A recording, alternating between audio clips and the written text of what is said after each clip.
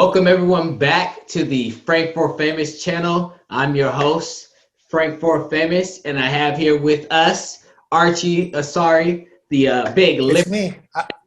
You I know, shaved, so I see you looking because your team W.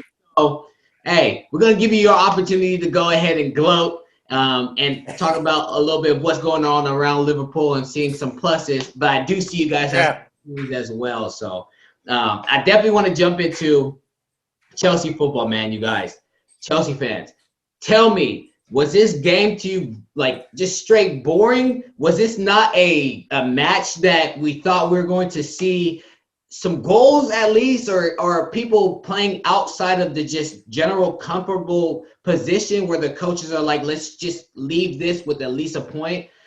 I felt like I was going to see some goals being scored. I definitely didn't think this was going to be a 0-0 game. I'm not impressed by the display. I'm glad we got a win, I'm glad we got a tie, which is great. That helps us to get closer to the top four. But this is Chelsea football. This is Chelsea football, you guys. We play for win. We don't play for we don't play for draws. When we're going in, we're competing against rivals as Manchester United. We have to be going for the killer instinct, and I did not see any of that during this game. I mean, the shots on goal were poor. The percentage was poor. The finishing, the final third display, there's no characteristics. No one took any risk. And it's unbelievable what we just saw in display for us to feel like we can go further down in Champions League if we can't even put a goal or put in a better display against Manchester United. What are we thinking right now? I think right now Tuchel needs to figure out who his starting 11 is going to be and find ways to get these players firing on all cylinders, find ways to get these players playing with risk. Because to see Tony Rudiger, I mean, he looked like a running back, taking that ball from the back all the way towards the front and with no finish at the end. Nothing happened. It was a great run, but it didn't lead to anything. Those are the type of displays I don't want to see, because how are we supposed to look at him and be like, this is a plus? We're moving forward. Yes, we haven't lost yet, but that doesn't give us the breathing room we need to be at top four. Because if we don't get top four this year, guys, you can just scrape this year. Like, there's no reason we should have left Frank Lampard. Yeah, I said it. There's no reason we should have let him go if we do not top four. Archie, I was waiting for that. let me know what you think about, because I know you've been on the Thomas Tuchel train. I've been trying to do it as well. You have spoken about him doing really well in the past, but you also told us about when he goes up against other managers who can outsmart him, he tends to fail. I mean, what are we supposed to do? What can he do to help us fire and complete our passes so we can make things happen on the score sheet? I would say this. Tuchel was trying to win. Our boy Ole wasn't trying to win. If you look at Ole's record for the for the season, all the top six, so-called top six teams, it's always a boring game. He always go park the bus and go on a counter attack because he got. We don't have penalty top six teams either. That's the thing. But the thing is, the problem with Chelsea is, I think, it's becoming apparent that you need goal scorers. That was the problem with Chelsea. Like I said, Manchester United, Ole is trying not to lose. The guy is happy where he is right now. If he could get second or third place, the man is Gucci. He's not trying to win the league because he can win the league. He never tried to challenge. They gave us a false sense of hope, Manchester 21, hashtag 21, all that nonsense they were talking about. That was not going to happen. Yes, you need to blame Tuchel for not changing the tactics soon enough. I believe he waited a little bit too long to change the tactics. Around what time of the game would you have made that switch of formation, right? Because it seemed like he was still playing that 3-4-3, but more with a triangle up top instead of playing with the two midfielders closer to the wing, right? He wanted them a lot closer to When during this game would you have made a change, and who would you have changed in what position, or would you just kept it the same? So the changes that he made was good. That's what he has right Yeah. now. When he went into the halftime, he should have told them, "I will give you guys 5 to 10 minutes to get yourself situated. If it's not happening, I'm making changes." Yeah. So now at least the guys are going out there saying, "Okay, we're gonna try. If it doesn't work, we know this person is coming off, this person is coming in." I believe he waited way too long, and because he waited all too long, Pulisic has to have time to warm up. He can't just jump in and all of a sudden he's gonna do something. Yeah. You know, he needed time because you wanted Pulisic to get to the defense, go against the fridge that is named Maguire, and which is something that he was. As soon as you came in, you could tell he was going toe to toe with them. Yeah. By the thing is, you gave him what 20 less than 20 minutes to play. That's way too long. You should have given him at least 35 minutes. Yeah. 10 minutes for him to warm up and then go ahead with it. So Tuchel should have gone ahead with it early in the second half. The first half, it was, everybody is trying to feel each other out. Yeah. By the second half, Man United were tired, so they fell back, all the way back. They didn't create that many chances in the second half. Yeah. You see what I'm saying? So, yeah. No, I mean they did it, but okay. So Manchester United had just played Real Sociedad. Yeah. I feel like this is the game where the energy was high, especially seeing Mason Mount countering, Mason Mount playing up top. N'Golo Kante was a destructive beast. That position of him playing higher up the pitch, he's able to play. I mean, like you said, and everyone says that there's two of him. Yes. We continue to have this world-class midfielder receiving the ball back in Manchester United half, but we can't get a play together in order to get a clean shot on goal, or we can't get a play together in order to even have an opportunity to score on goal. Every single time I tried to put a play together in the final third, the passing was off, the players' connection was off, someone's right for the other. It was confusing football for me. And I'm like, these players playing together, I would say long enough to understand each other's runs. So that's what I'm trying to really figure out. Is Tuchel tweaking the team a little too much?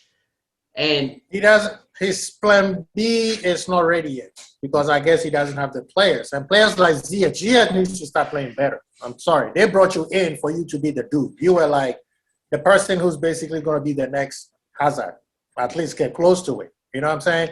And he was fumbling too much. And I like that tactic where normally you don't put Kante up that top because he's never going to shoot. He's just going to pass. And teams will figure him out. yeah. But I like that he put him up top because he knew Manchester was going to park the bus and try to hit the counter. So if you leave him up top, then he could distract while they're passing the ball over there. So if Chelsea lose the ball, Kante goes right at it and try to disrupt the game. Yeah. The problem with what Tuchel did, when he realized that Manchester United was, and you could see that is the same thing Klopp does. When you saw that they were parking the bus, Giroud is the perfect player to deal with players who park the bus.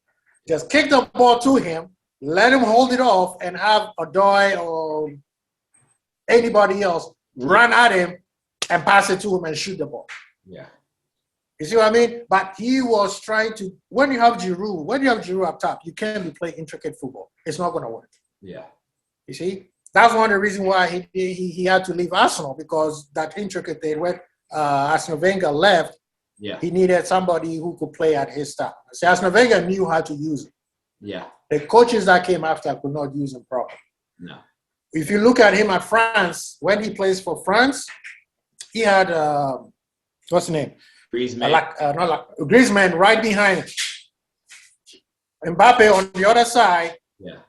And then every time he gets the ball, he just put it down, holds it, and when they come in with speed, Mbappe coming in for 100 miles per hour, you're not going to catch him. Yeah. Same thing with Griezmann. Griezmann is pretty quick, and he can dribble and he can shoot. Now, if Chelsea realize that you can't play intricate with it. If you're going to play intricate, you might as well start Run. You You know, and if he wanted to play that intricate football, ball at the feet, making runs, all that kind of stuff, then you start Timo. Yeah. You see what I mean? Yeah. But if you're gonna play Giroud, play at Giroud's strength. Giroud is strong. He is tall. He can hold off the defenders. Yeah. And he can control the ball pretty well.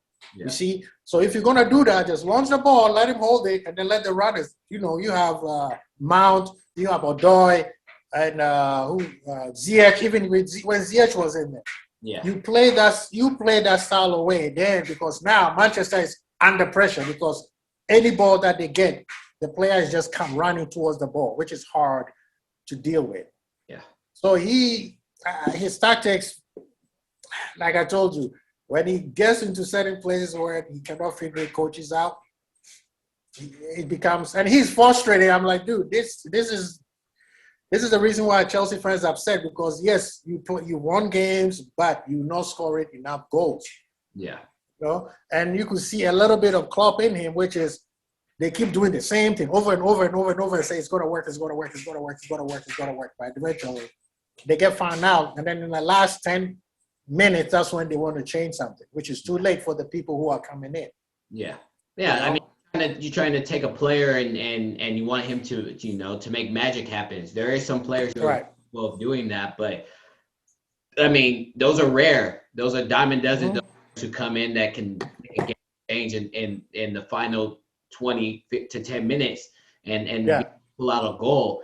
But that's not the football we want to play, right? That's not the football Chelsea is looking for. The football we're trying to play is we're trying to dominate the ball like we do, the ball quicker, faster, switch the ball quicker, have better first touch, so then we can get quicker play inside of the box, so that it opens up space for someone to take a better look on goal. I mean, that's a fact. Had the opportunity where Mason Mount was in the goal and he had basically lost McTominay, and instead of toe poking it, try to do something.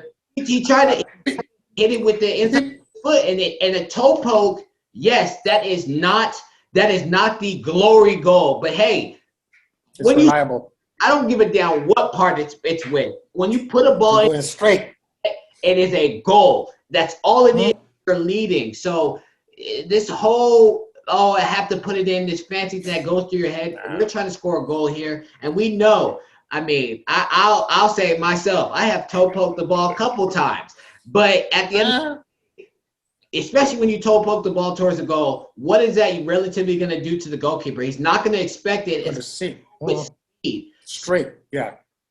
Those opportunities that we are not decisive enough, that's where we suffer. And it's like, when is it gonna start clicking? Games are getting harder from now.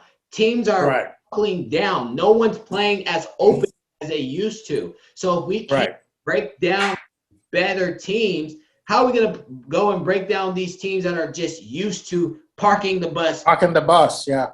It's gonna be the same thing over and over. We're gonna keep repeating history. So I need Tuchel to show me something. I need him to get something really out of these players. I know he's a great tactician. That's what they speak about so much about him. So I need to see something for me to I back him, but I'm still not fully 100% on board with him.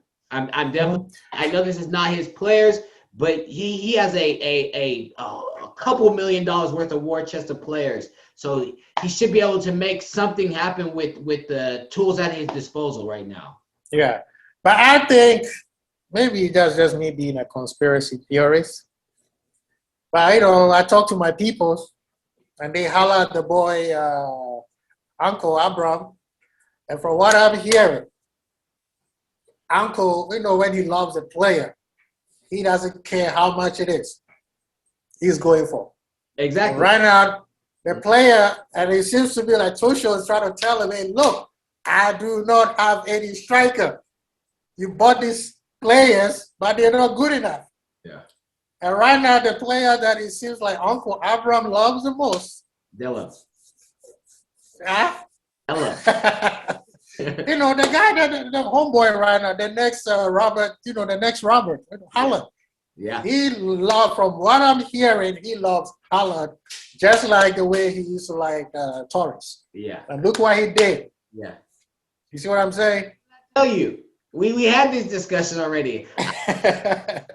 The main target was to get a young, promising, who's showing it right now. If Abramovich not feel like the strikers right now are doing what he needs to be done, he will sell these players, because we know Chelsea's biggest thing is we buy talented players because we know they're always going to have a resale value.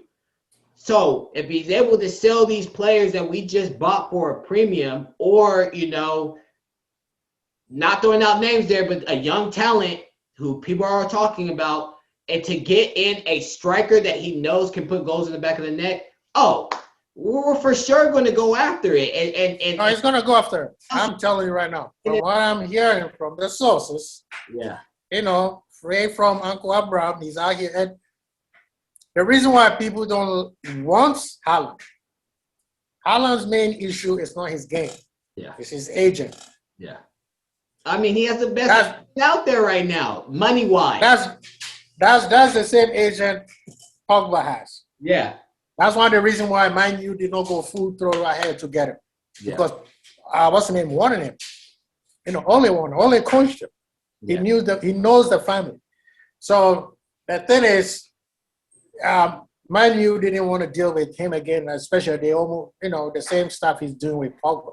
Yeah. So, they didn't really go for him like they did with Pogba. Otherwise, they would have got him. Yeah. But right now, that Raiola is not going to mess with Abraham. Not this guy. He sent them peoples. Yeah. They send them peoples. They'll be knocking in front of Raiola's door, be like, dog, chill. Yeah. They will say that in Russian. I'm just saying it in English. Yeah. But, yeah, Haaland, I think Haaland could do something. And Tuchel needs one or two more players. He might sell Ziyech. If Ziyech don't wake up, he might sell. I'm hoping he doesn't, because I don't know. The league is always going to be different regardless if the player plays in his league. But I see the passing abilities. I saw what Ziyech did to us in the Champions League. He has the capabilities to play just like Mahrez does for Man City. He is quick with his left foot. No one can stop him when he gets on his left foot, and he can find the back of the net from range. And his passing is. And imagine if he has somebody like Haaland in front of him. He will find him. It's world class. And then if you have Odoi, who's also could play on the wing. Yeah. And the thing is, Tuchel needs to find a formation. Let's just say he gets Haaland, you need to find a formation that's going to work for the front three. Either you play 4-2-3-1 or 4-3-3. And then he needs to have a core midfield. You still have Kante. He's not old yet. That guy can still run, but at least he got at least 7 to 10 years in him. Yeah. He might not play every game. Keep him healthy. Yeah. The man is still healthy, Yeah. But defense is going to be where you guys need to focus on. Your center backs. You got to get some world-class center backs. Yeah. You have good center backs. As well as they are high. They're athletic. Yeah. And we do have They're athletic. It's usually when it comes down to it, but we definitely need leadership. The Diaz. You need to find the Diaz, Laporte center backs. Yeah. If you get that, with Thiago Silva being the team, then next year Chelsea will be making a lot of noise. The league next year is going to be ridiculous. It is. Yeah, I'm praying that nothing bad happened to anybody and we start the league like we are used to. Yeah. And that will make the league. So because the English league is getting harder and harder. Yeah. Yeah. Even if you don't make Champions League, a team who doesn't make Champions League can still find those little jewels and become competitive. Look at Leicester. Yeah. Look at West Ham. I mean? And look at West Ham. I've been telling people. Yeah. David Moyes is a genius. I mean, they own one real true scorer on their team though is Antonio. If Antonio down, if Antonio goes down, I don't wish that on anybody, but if he goes down, who else? Yeah. But hey, they're flying, so you got to give it up to them. You know what I mean? Definitely do. It's nice to see a couple different London teams fluctuating, but I'm tired of seeing the league Man City, Liverpool, Man City, Liverpool. Yeah, the past 3 years, it's been like that. But it's still tough. Yeah. But yeah, with Liverpool, we're not going to spend that much time. We won. It was a great weekend for us because what's the name? Leicester lost. Yeah. Man U tied. Yeah. Chelsea, of course, tied with Man U. Yeah. Or should I say drew? For our English fans. Yeah. What's the name? Who else? West Ham lost to City. Yeah. So this game was very important for us to win, and we played we played well. We played well and created a lot of chances. That goalie was worrying me because it felt like the game was going to be one of those games where you just don't score. No matter how you do it, the goalie, you just don't score. That's what it looked like. That dude, you guys are in the bottom of the league for a reason. And then you're going to play Liverpool all of a sudden, don't want one goal to go in? Come on. Yeah, it was getting there, but I'm glad that the guys stuck to it, and they kept playing and playing and playing. So with me playing this Thursday when we play Chelsea, if we win, then I'm sure that we're going to make it to the top four. Top four? But this Chelsea game is what is needed. Yes, every game is important. Yeah. But we need this win because if you win, we go over you guys, right? Yeah. You know what I mean? So if we draw, lose, we got that means we have to go on a run, 10 games straight, no loss, no draw or Latin. From here, just kind of going off of what you guys' schedule looks like for the remaining 10 games. You guys' season, the next hardest team that you're going to so-called play are Arsenal, Manchester United. That's it. So I don't really see how you guys couldn't go on a run, even though you have injured. Look at the games that we lost, man. Look at the games that we lost. It's not to Manchester United or to Arsenal. All I'm saying is that from what it looks like for your schedule, to be able to at least win. Right now it's tough. It's going to be rough, but I think we can do it because Liverpool needs some major signing this summer. Yeah. So we can't. If you fall off, that means Klopp has to go all the way back and restart the project all over again. Right now, we can't go back and restart the project. We just have to keep rolling up. But the cool thing is, this is what I'm saying. If Liverpool fall off Europe and Klopp stays, the next year we're going to just kill everybody. Because then now we're just focusing on the league. Yeah. It will cost us a lot of money. And you have to pay a lot of people like Salah to stay. Yeah. Because they're missing Champions League. But, nobody wants – this is the thing. That's why Klopp was saying when City had that case. You do not want City to not have Europe in the league. Then they will go undefeated. Probably will not even draw a single game. Yeah. So I'm hopeful we're going to make it. The game was good. Klopp went back to the basics. He changed the formation a little bit, changed the tactics. Yeah. It worked. It worked. I'll definitely say that your young players showed up for this game. Jones is the future, man. Jones is the future. He still got a lot to learn, but the guy is in great hands with players around him. You got Thiago, one of the best midfielders ever with the Brennian. You got what's his name, Ronaldo, who never say die. You got Milner, who will tell you that it doesn't matter how old you are, you still got to bust your behind. It doesn't matter what you want, you keep going. You got Henderson, the heart and soul. Yeah. Thiago, even Keita, who got skills, they're almost as good. So that guy, the kid, and the way he is, he's down to earth. He's, you could tell the guy, nothing phases him. He wants to learn. Yeah. So, he it's good things are happening, and we just need to make it to top 4 because we shot ourselves in the foot. Yeah. We shot ourselves in the foot. And that, like I told you last time on my little rant, is from the owners, Edward, director of football, and his team, and Klopp. They got too complacent. Their plan worked. Yes, it worked perfectly to bring us to where we are. But what they should have done was they should have plans in between the plans as we were getting to where we wanted to go. Yeah. You know what I mean? So when everything was working as we're going, you slowly change the plan so that it seamlessly falls into a brand new plan. Yeah. And then brand new model. But they did not. They just followed the same model, and they were hoping. I mean, this year they did what they were supposed to do, but the injuries, man, hey. Yeah, and that's something you can't ever try to avoid. Injuries are going to happen. Yeah. The saying avoiding is always bringing in players who can fulfill those positions just in case an injury happen.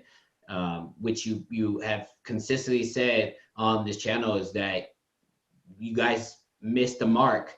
You had the opportunity. You took the opportunity for granted and didn't. Yeah. Those adjustments that are needed. Even though you win, the code is to get better. You never better as you go. Yeah, you never stay. Yes. You are making those players compete. That is only going to keep the levels high. And who's ever won championships, there's going to be those times where you feel like you've won it all. And what is next for you? But playing for a club like Liverpool, big club like Chelsea, winning coach, biggest to get better and to be challenged every season. They're if ands or but about this. There's no break. There's no break. You keep going. If a player is tired, then bring somebody else who's gonna work, and then when they get ready, they come back. And that's the situation we have right now, especially with Bobby. Yeah.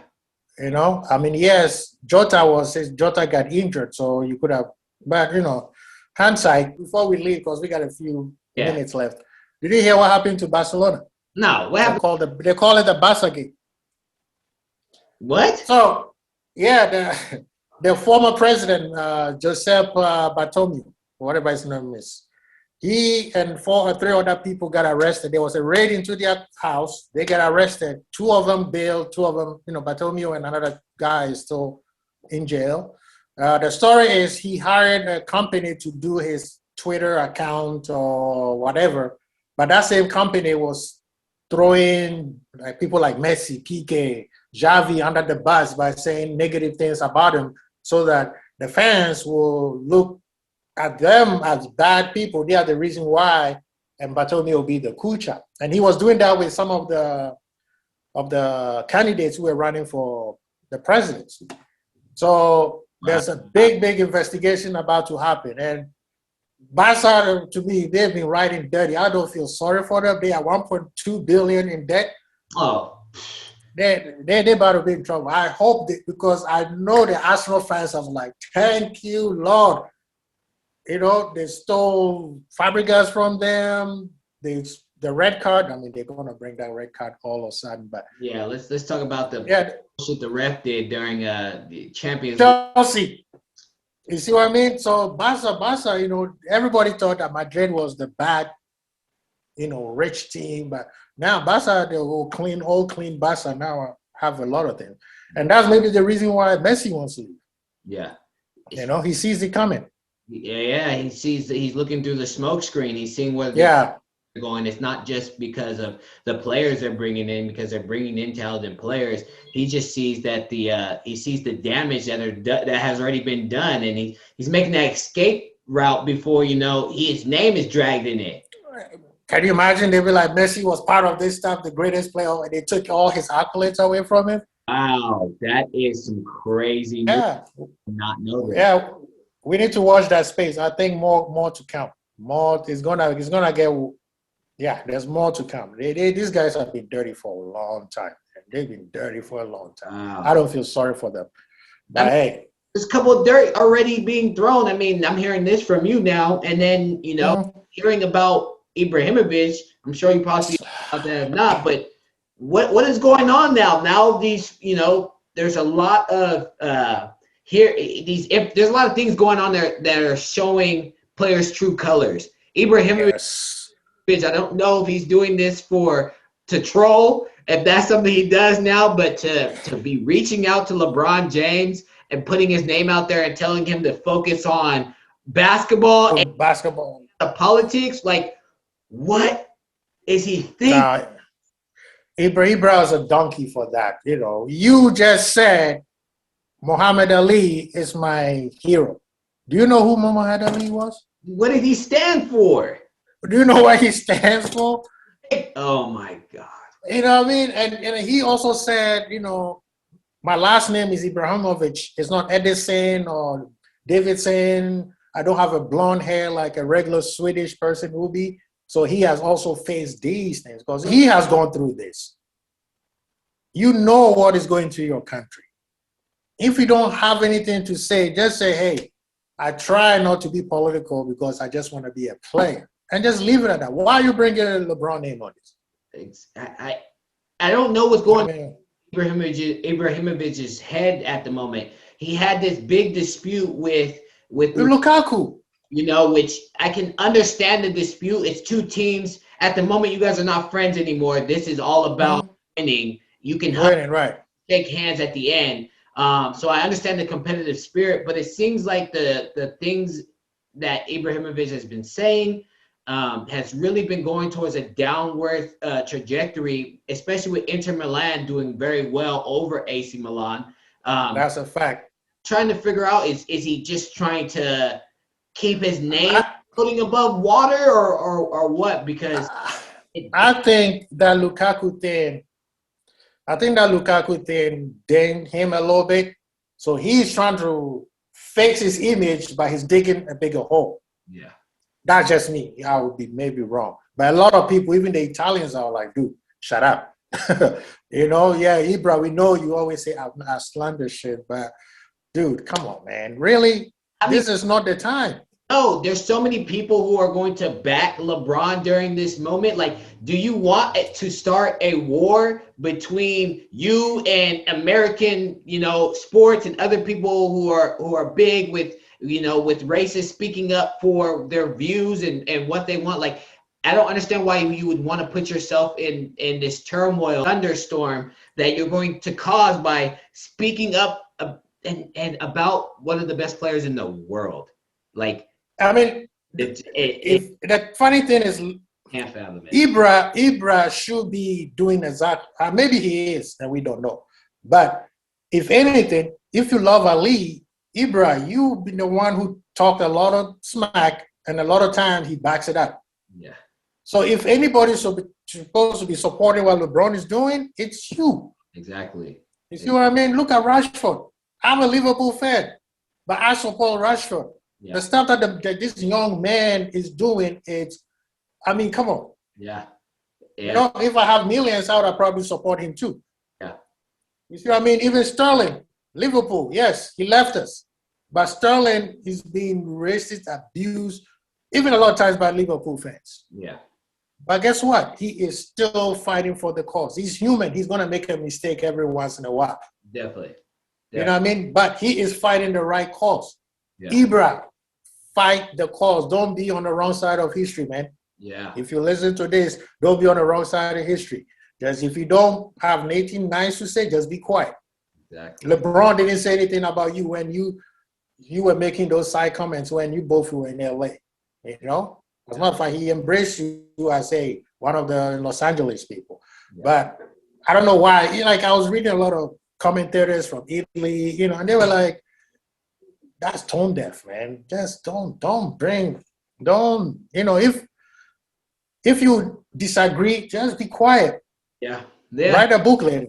Exactly. I just said he's getting older. So as you're getting older, you think that the wisdom part will start to blossom, but he still has childish ways to him, which of that is what helped him stay young. Because at his age, he's doing things like, players start to wither away from time. He's actually been able to stay pretty consistent with his physical strength and his play wherever he's gone. His name has been in the newspapers for positive things because he has the built and the mentality to thrive at any age. Of a champion.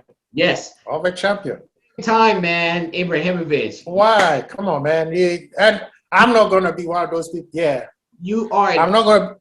Plenty of people who look up to you, and you're gonna cause a conflict that you could avoid. And I hope this is not something you're trying to do as a troll, and you're doing this because you might be tone deaf to the situation.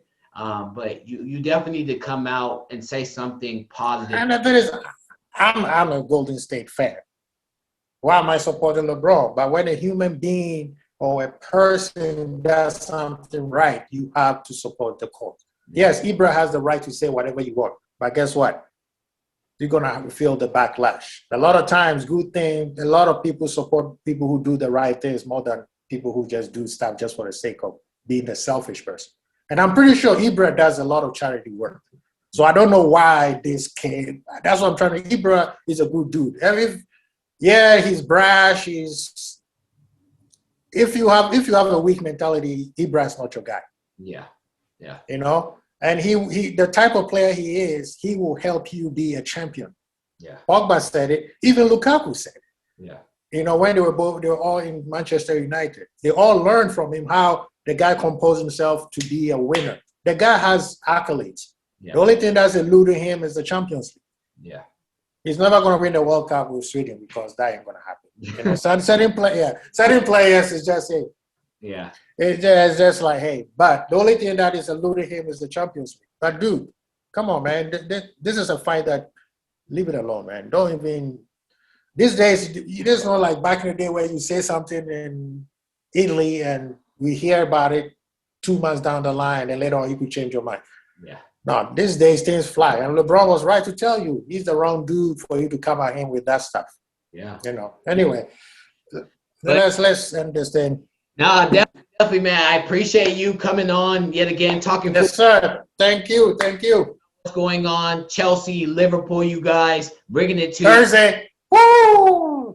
Information. We play on March 4th. We're gonna give you another boom buster on how the game's going to look before we play. This is going to be a tough one. This is for top 4. This is to keep us in the race, you guys. But thank you for tuning in with us. Please hit that like button if you like the information we talked about today.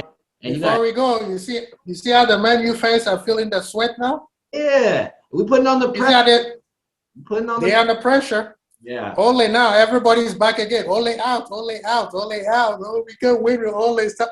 Dude. You guys thought you won the league in January? Yeah. And you were in second place.